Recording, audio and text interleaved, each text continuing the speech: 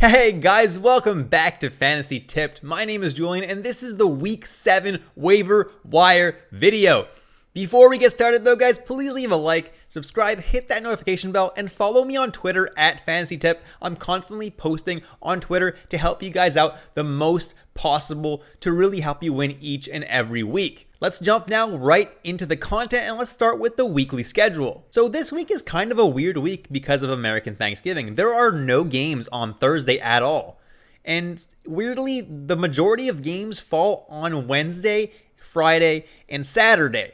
So basically what you're looking for, if you're looking for streamers this week, you're going to be looking for guys that play Monday, Tuesday, and Sunday. And the unfortunate thing is that there are no teams that play both Monday and Tuesday. So the most optimal schedule, I guess, for streaming would be to grab someone who plays Monday and Sunday or Tuesday and Sunday. Players from teams that fit this criteria come from Anaheim, Carolina, and San Jose for Monday and Sunday games, and Chicago, Philadelphia, and Tampa Bay for Tuesday and Sunday games.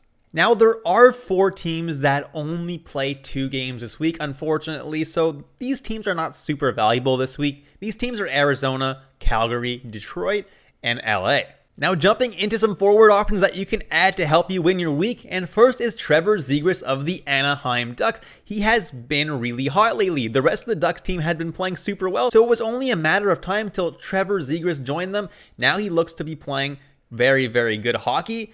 And he makes for a good ad this week, especially with Anaheim playing on Monday, Wednesday, Friday, and Sunday. Next, I have Victor Arvidsson, who only plays 2 games this week, but he does play on that top line with Anze Kopitar and Dustin Brown. He's a very good player, and he shoots the puck a lot, so he has a nice safe floor. Should definitely be owned in more than 36% of leagues.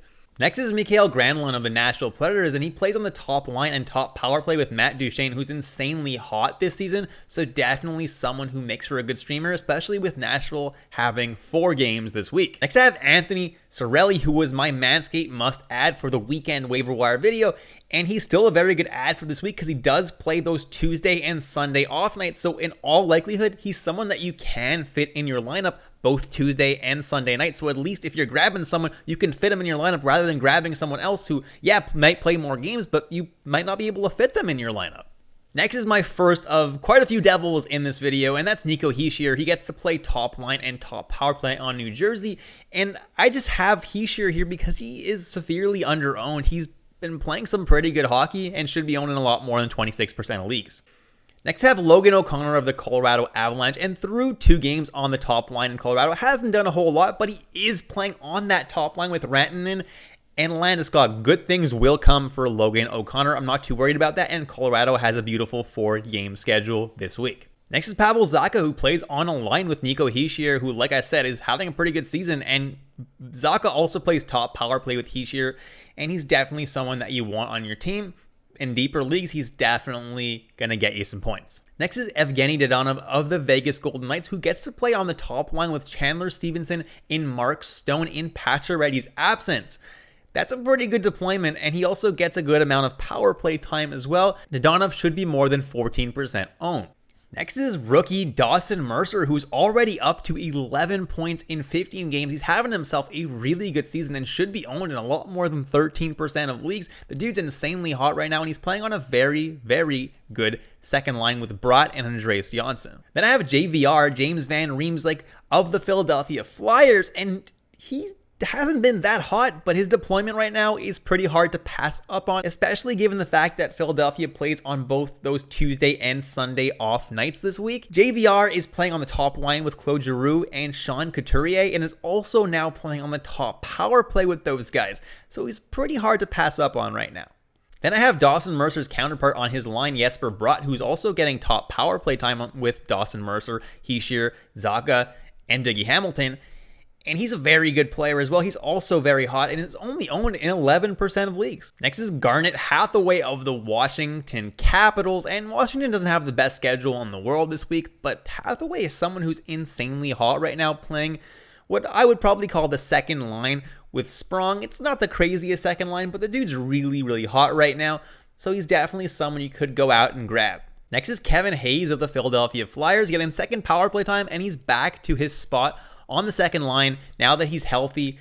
He's centering a line with Farabee and Cam Atkinson. I know Farabee's ice cold, but so far, Kevin Hayes through 2 games has 2 points. He's looking pretty good and should be owned in way more than 9% of leagues. And he's dedicating the season to his brother, so I'm expecting him to have a really strong season. Next is Andreas Janssen of the Devils, again on that second line with Brott and with Dawson Mercer, and they're all just playing really, really well right now. Unlike Mercer and Brott, Andreas Janssen does not get to play on the top power play, so he's slightly less valuable, but the dude's been scoring a lot of goals, so there's definitely still some value in Andreas Janssen. He's the last Devil on this list, I promise. Then I have Alex Kerfoot of the Toronto Maple Leafs, who's 7% owned, but he's been playing some really good hockey. He's been putting up a lot of assists, and he's playing on that second line with Tavares and with Mitch Marner, and he has been producing, so definitely someone that you can continue to stream because that deployment's pretty good. Next is Luke Connon of the Nashville Predators, only 4% owned, but he does play on that line with Duchesne and with Granlund, 2 guys who are insanely hot right now, and Nashville does have that 4-game schedule this week, so it's pretty decent spot to be in if you're Luke Connon. So definitely in a deep league, Connon is someone you can consider grabbing for this week. Then I have Sonny Milano of the Anaheim Ducks, who's insanely hot right now, playing on the second line with Trevor Zegras, and he's someone who's been putting up points left and right.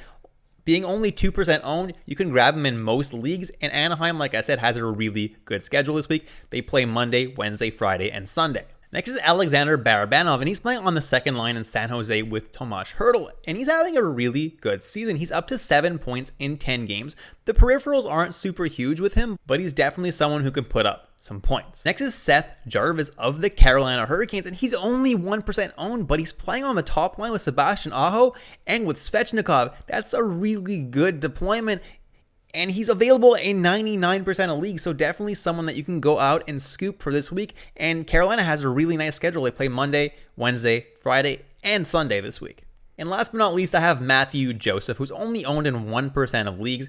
And I don't absolutely love this guy, but he does play on the second line with Steven Stamkos and with Alex Killorn. So that's a pretty decent deployment. And like I said, Tampa Bay has a pretty good schedule this week in terms of off nights at least. They play both Tuesday and Sunday, so you'll be able to fit Matthew Joseph in your lineup those 2 nights. Moving on to some defensemen now, and first on the list is Shane Gostisbehere. Not the best value for this week specifically because Arizona only does play 2 games, but definitely someone who could be more of a longer term guy because he is really producing in Arizona and continues to man that top power play. So Gostisbehere is someone who's definitely at least someone to keep your eye on. Then there's Philip Hronek, who's doing very, very well. And with Moritz Seider gone in Detroit, it looks like it's going to be Hronek that's going to be manning that top power play in Detroit, which really increases his value.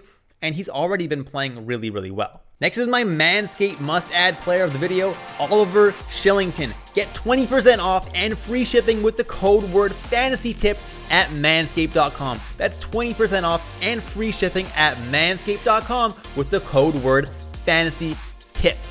Unlock your confidence, guys, and always use the right tools for the job with Manscaped. Guys, the holiday season is approaching really quickly, so get your Christmas shopping done early this year with the code word FANTASYTIP at manscaped.com. You'll get 20% off, you'll get free shipping, so go ahead and get your holiday shopping done now. Now, Oliver Shillington is owned in 28% of leagues, and I expect that number to go up dramatically over the next few days. Oliver Shillington is someone who's recorded at least 1 point in 11 of his last 12 games. This dude's been absolutely insane, and that's without power play time. I think it's only a matter of time before he gets to be on Calgary's power play as well. With the way this guy is playing, he's going to have a very, very strong season, and Shillington is definitely a good pickup right now.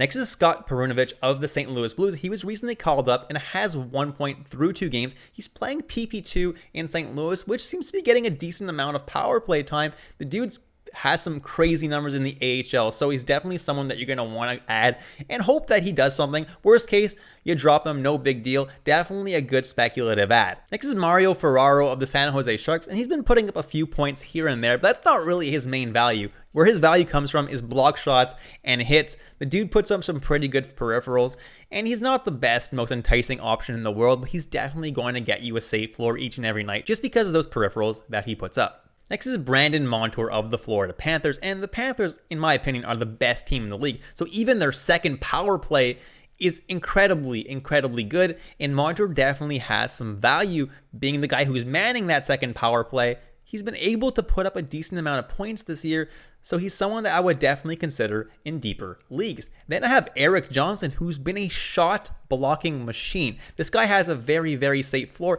and if you need blocks on your team, Erik Johnson is someone that you could definitely consider adding for that very reason. Next is Hampus Lindholm of the Anaheim Ducks, and he could be another must-add player for me right now because he's playing really well. He has 4 points in his last 6 games, and right now Anaheim is playing him on their top power play. He's getting a lot of power play time, so the opportunity is definitely there for Hampus Lindholm, and he makes for an excellent add to your team. Next is Philip Broberg of the Edmonton Oilers, and with Darnell Nurse hurt and on IR, Broberg was called up, and I'd like to see how he does. He's one of their top prospects, and he's having a pretty solid year in the AHL, so it's going to be interesting to see how he does in the NHL, and if they give him the opportunity to produce, if they put him on the power play maybe.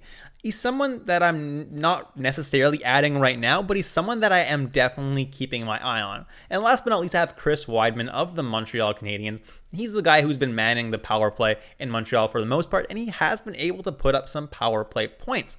He doesn't get that much ice time, but he's definitely a dude who can put up some power play points if you need it. Jumping in some goalies now, and first I have Jake Allen of the Montreal Canadiens, and he continues to be an option until Carey Price returns from injury. It looks like Jake Allen's probably going to return this weekend or early next week, so he's not someone I'm worried about picking up. He will get the starts in Montreal. Obviously, Montreal hasn't been winning a lot of games, so I prefer some of the other guys on this list, but Jake Allen, nonetheless, is still getting starts, which makes him somewhat valuable. Then I have James Reimer of the San Jose Sharks, and it looks like he's pretty much won the starting job over in San Jose. He's been the much better goalie this season, and he's only 39% owned, so James Reimer definitely makes for a good goaltender add. And then I have Ben Bishop, believe it or not, of the Dallas Stars, and it looks like he's really improving. It looks like he might be able to join the team pretty soon, and with the way all of Dallas's goalies are really struggling, Ben Bishop might be able to be the starter pretty quickly, honestly. So Ben Bishop's someone to keep your eye on, and if you have IR space, definitely someone you could be adding right now. Then I got Matt Murray. He's the starter in Ottawa. Ottawa is not winning a lot of games. They're not a very good team, but if you're desperate for a starting goalie, Matt Murray is definitely someone who is addable. Then I have Dustin Tokarski, and Craig Anderson is now listed as week to week. So Dustin Tokarski is going to be the starting goalie in Buffalo for the foreseeable future, so I don't hate him as an ad. And last but not least, I have Scott Wedgwood of the Arizona Coyotes, who's playing really well right now, believe it or not. And at only 3% owned, if you need a starting goalie, Wedgwood is definitely someone that you can grab. Just keep in mind that he'll only get 2 games this week. And that's it, guys. Thank you so much for watching all the way through. Please leave a like, subscribe, hit that notification bell, and I'll catch you in the next episode of Fantasy Tipped.